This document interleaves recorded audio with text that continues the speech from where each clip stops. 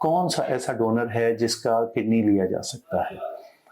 तो उसमें यूजुअली आपके ख़ानदान में वो अफराद जो या तो सेम ब्लड ग्रुप का हो, जिस रेसिपिएंट का जो ब्लड ग्रुप है, पेशेंट का जो ब्लड ग्रुप है वो सेम ब्लड ग्रुप हो, या ओ पॉजिटिव या ओ ब्लड ग्रुप हो, उसका गुर्दा प्रेफर किया जाता है।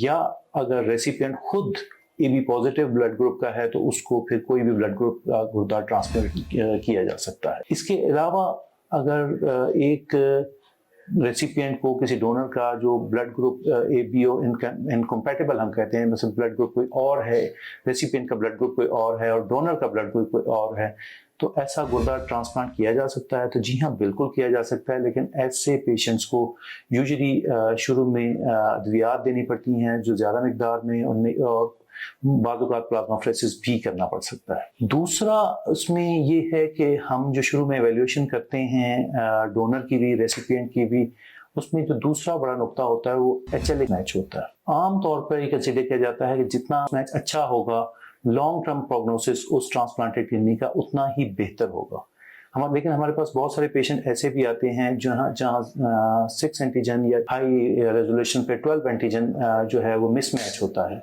तो क्या ऐसे वाक़े हमसे लोग पूछते हैं कि ऐसे पेशेंट का गुर्दा ट्रांसप्लांट किया जा सकता है? जी हाँ, बिल्कुल किया जा सकता है। अगर मिसमैच बहुत ज़्यादा है, ट्रांसप्लांट ज़रूर किया जा सकता है, लेकिन और उसको शुरू में हमें कोई ख़ास अद्वियात देनी पड़ती हैं और बाद में भी कुछ अद्वियात की मिकदार आमतौर पर ज़्यादा करनी पड़ती है, लेकिन ट्रांसप्लांट किया जा सकता है। ऑल्दो उसका लॉन्ग टर्म प्रोग्नोसिस ऐसे गुर्दे का थोड़ा सा जो अच्छा कंपैटिबल गुर्दा है, जिसमें ट्रांसप्लांट हुआ है, जो अच्छा मैच हुआ है, मैच कर रहे थे आपस में एंटीजन्स, तो उसकी निस्बत लॉन्ग टर्म प्रोग्नोसिस थोड़ा सा बेहतर नहीं होता।